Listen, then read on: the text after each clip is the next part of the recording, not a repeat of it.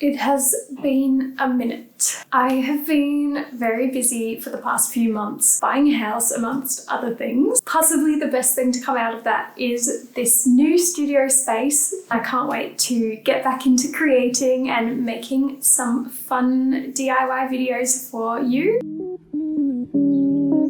Today's video is a very exciting one for all you budding sewing enthusiasts. It is 5 super easy sewing projects to get you started. So this video is for anybody who likes the idea of getting into sewing but doesn't really know where to start. These 5 projects are super easy and I'll go through them step by step. Before we jump straight into the video, I just want to give a quick shout out to Anna Louisa, who kindly sent me some jewellery pieces. What I love about Anna Louisa is that they are 100% carbon neutral, so they offset 100% of their carbon footprint. And another major bonus, in my opinion, is that the pieces are all tarnish resistant, which means you can just leave them on. I'm very lazy when it comes to my jewellery, so I have a very small rotation, and when I put it on, I leave it on. So if you want to get some Anna Louisa pieces for yourself, you can save 20% when you use my code BILLBY20. You can find all the info in the link in the description. Now let's get into those 5 sewing projects for absolute beginners.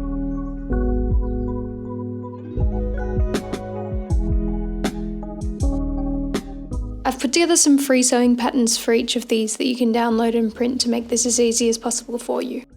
You can find these linked below in the description. We will be kicking things off with the easiest of the 5 projects, which is a simple headband. For this project you'll need some stretch fabric. 1/2 meter of this will be more than enough, and some thread to match. With the fabric folded in half, right sides facing, place the pattern piece on the fold according to the directions shown on the template and cut your piece. Open it up and fold in half lengthways with right sides facing and pin.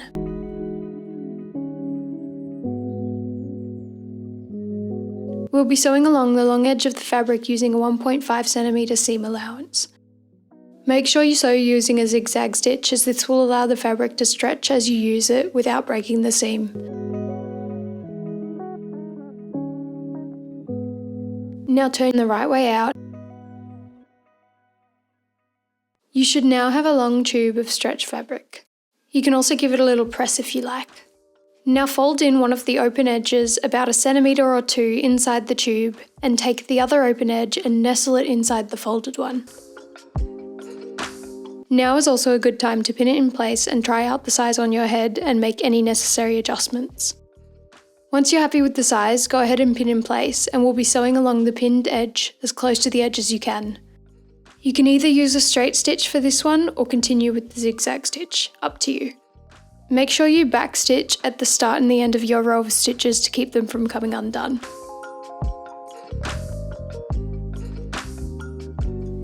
And voila! A super quick and easy headband in just a few minutes.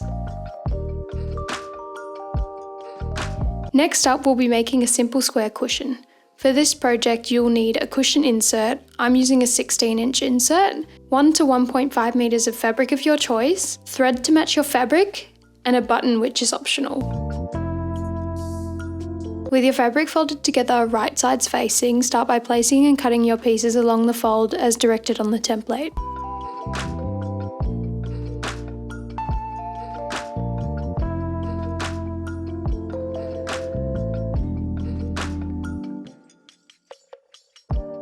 Along the top edge of the 2 back pieces, wrong sides facing up, fold and press about 1 centimeter and then an additional 2 centimeters for a rolled hem edge.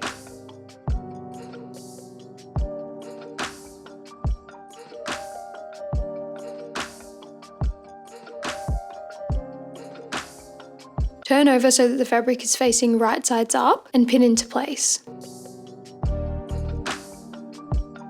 We'll be sewing both of these using a simple straight stitch 1.5 centimeters from the edge of the fabric.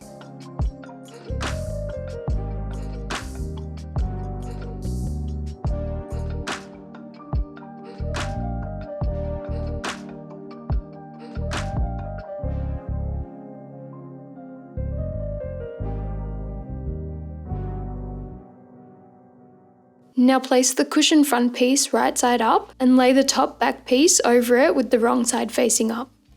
Finally, lay the bottom back piece over these two pieces, wrong side facing up. Pin all the way along the 4 sides through all pieces of fabric, and we'll be sewing along all 4 edges with a seam allowance of 1.5 centimeters using a simple straight stitch. Start in one corner, sew all the way down, and when you reach 1.5 centimeters away from the bottom edge, put your needle down into the fabric, lift the foot, and pivot around to start the next edge. Repeat until all 4 edges have been sewn, and remember to backstitch at the end.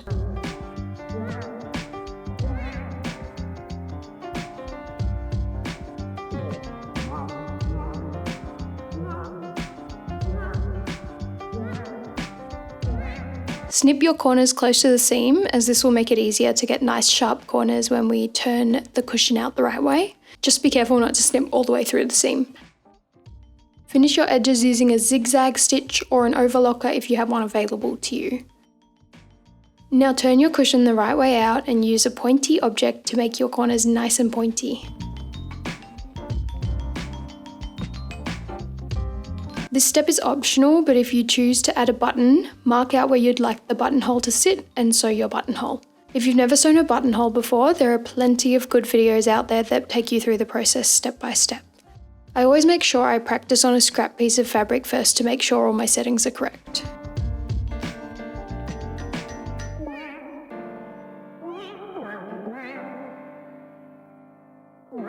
Once you've sewn your buttonhole, you can attach the button. I like to hand sew my buttons in place as I feel like this gives me a more sturdy button.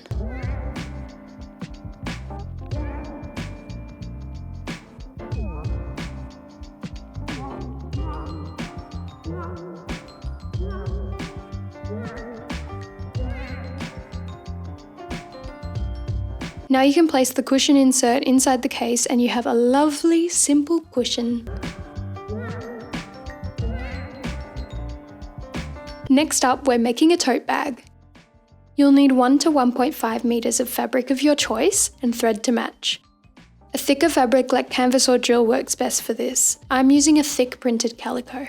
With the fabric folded in half right sides facing, place and cut the pattern pieces according to the directions.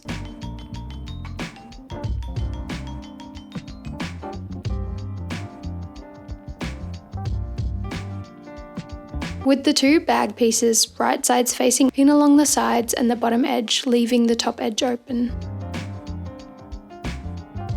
We'll be sewing along the 3 pinned edges with a seam allowance of 1.5 centimeters, leaving the little corner squares open. Remember to backstitch at the start and end of each row of stitches.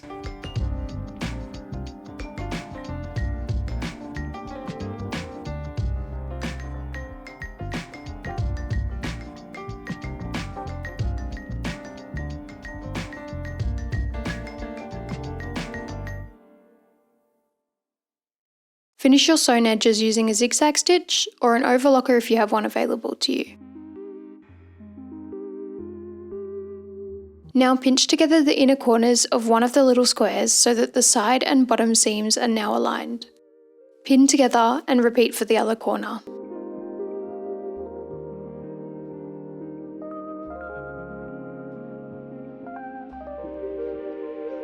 Sew along each pinned edge with a seam allowance of 1.5 centimeters, backstitching at the start and the end.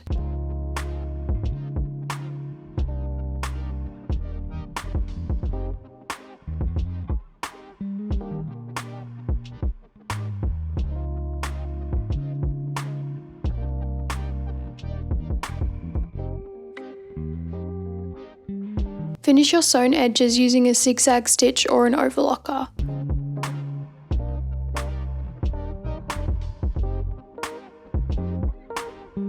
Now take one of the strap pieces and press in half lengthways. Open it up again and press each raw long edge in around 1.5 centimeters.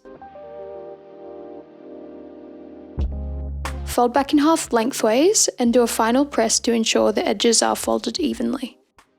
Repeat for the other strap.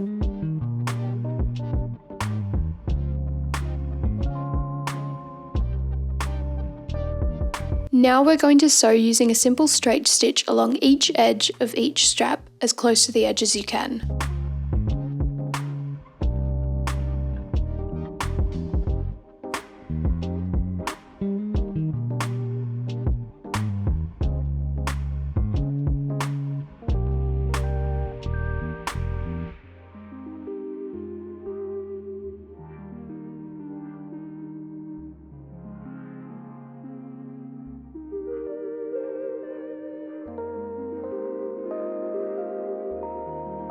With wrong sides facing out, roll over the raw top edge of the bag about 1.5 centimeters and press all around.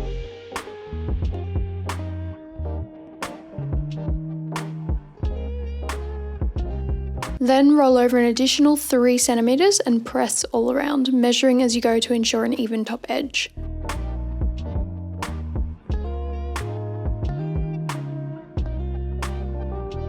If you have a tag you'd like to add, now's a good time to pin that into place. Take one edge of one of the straps and nestle it into the folded top edge of the bag. Do the same with the other edge and measure so that they are each 8 centimeters away from the side seams. Pin into place, then turn the bag over and repeat with the remaining strap on the other side.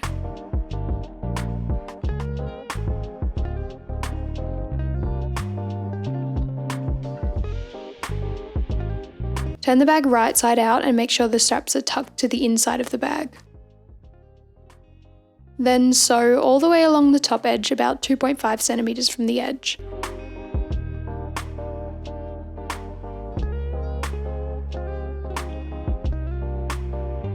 Once you reach the end, backstitch.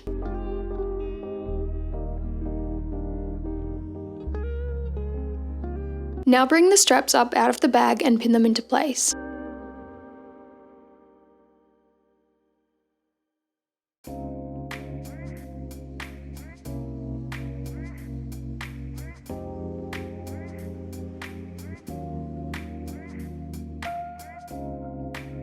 Sew all the way around the top edge once more, but this time as close to the edge as you can, backstitching at the end.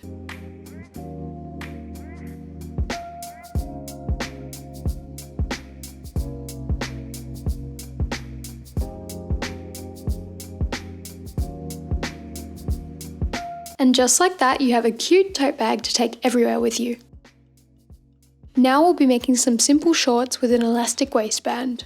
You'll need 1.5 meters of fabric, I'm using corduroy, thread to match, and some white elastic. Mine is 2.5 centimeters wide. With your fabric folded in half, right sides together, pin and cut the pattern pieces according to the directions.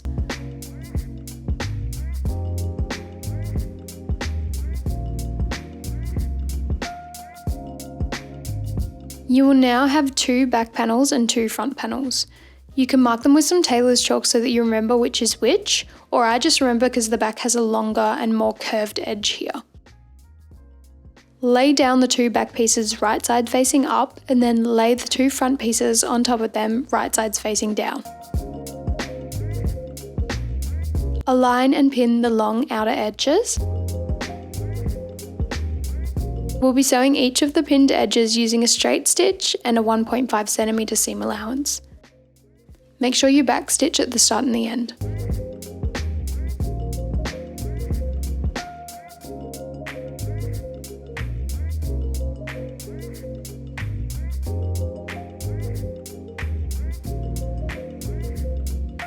Now take your pieces and pin together the short edges, which will be the inner seam of the shorts.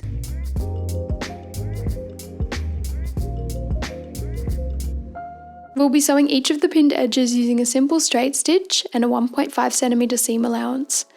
As always, backstitching at the start and the end.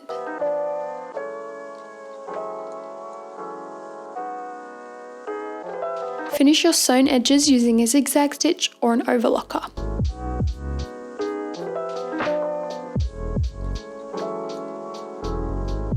Now turn one of your leg pieces the right way out and leave the other one wrong sides out. Aligning each set of inner seams and each set of outer seams, we'll be placing the right side out piece inside the piece that has wrong sides out. It might seem confusing right now, but it will make sense soon. Pin all the way along the curved edges.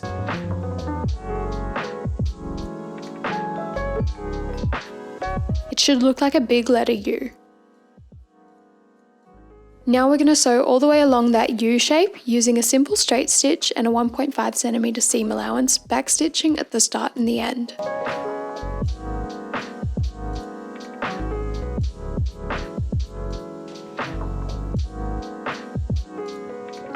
Finish your sewn edges using a zigzag stitch or an overlocker. Now you can open it all up and magically they actually start looking like a pair of shorts. We're going to quickly take a moment to finish the top raw edge using a zigzag stitch or an overlocker. Now turn the shorts back the wrong way out and we'll be folding and pinning a channel based on the width of your elastic. You want to add about 1.5 centimeters to the width of your elastic so that we have room to stitch and the elastic has space to be threaded through the channel. Since my elastic is 2.5 centimeters wide, I'm folding over a width of 4 centimeters all the way around.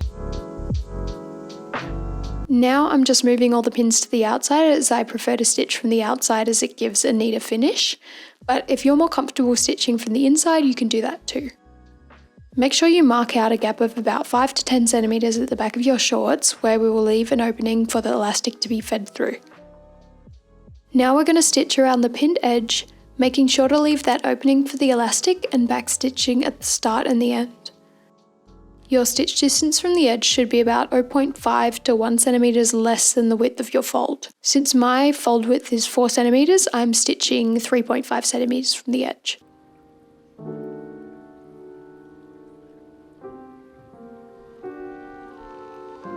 If you have a tag you would like to add, now's a good time to pin it into place.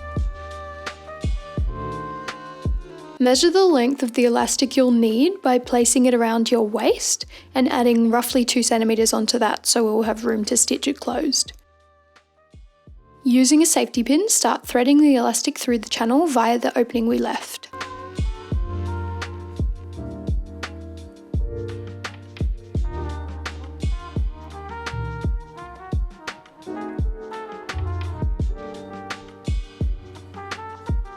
Once your elastic is all the way through, make sure it's not twisted and then pin the two ends together.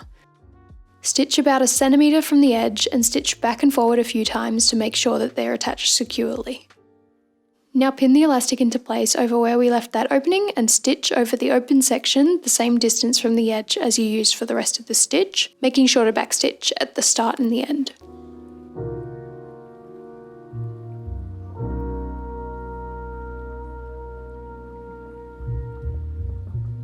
The gathering from your elastic will probably be all over the shop at this point, so a quick fix for this is to stretch out your shorts to the max a few times and it should even out. Now it's finally time to hem your shorts, so mark out the amount you would like to hem. For me it's 4 centimeters. With your shorts wrong side out, start by pressing over 1 centimeters all the way around one leg and then roll over the remainder of your desired hem. For me that would be an additional 3 centimeters for a total hem of 4 centimeters.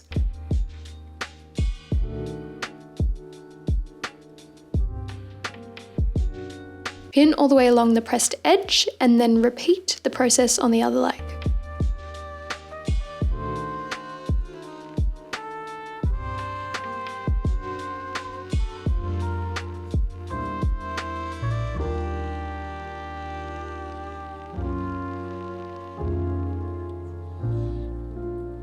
Using simple straight stitch, so all the way around each leg of the shorts, about 0.5 centimeter less than the width of the pressed edge. My pressed edge is 3 centimeters, so I'm sewing 2.5 centimeters from the edge. Backstitch at the end of your row of stitches.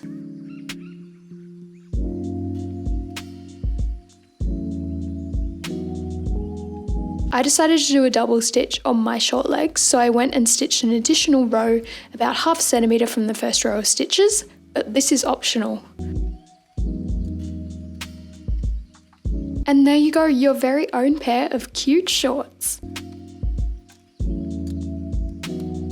I've put this one last because it's an excellent scrap buster, and that is scrunchies.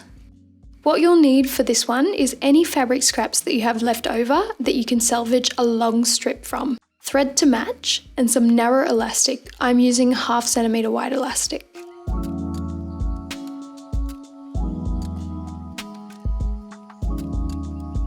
Start by pinning and cutting out the pattern piece.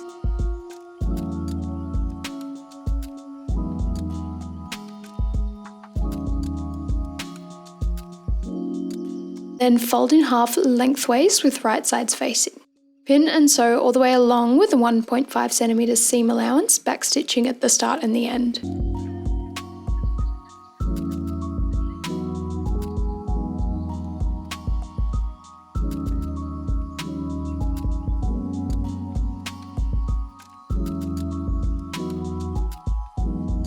Turn your scrunchie tube the right way out.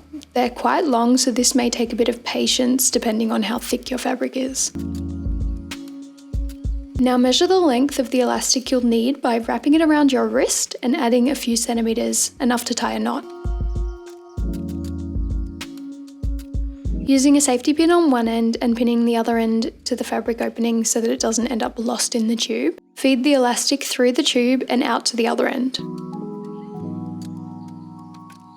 Once you've reached the other end, tie a knot and then pull it tightly to make sure it won't come undone inside the scrunchie.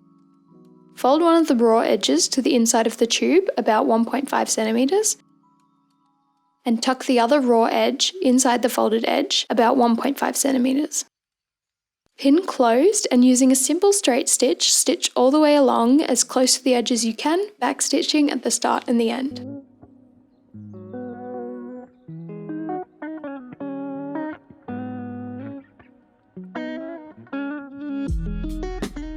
And now you have some super cute scrunchies made from repurposed fabric scraps. Well, there you go. Thanks so much for watching. If you like that one, remember to give it a thumbs up and subscribe to my channel for more content like that. And just remember, if you want to get some of these gorgeous Ana Luisa pieces for yourself, just go to the link in the description and use my discount code to get 20% off. Bye!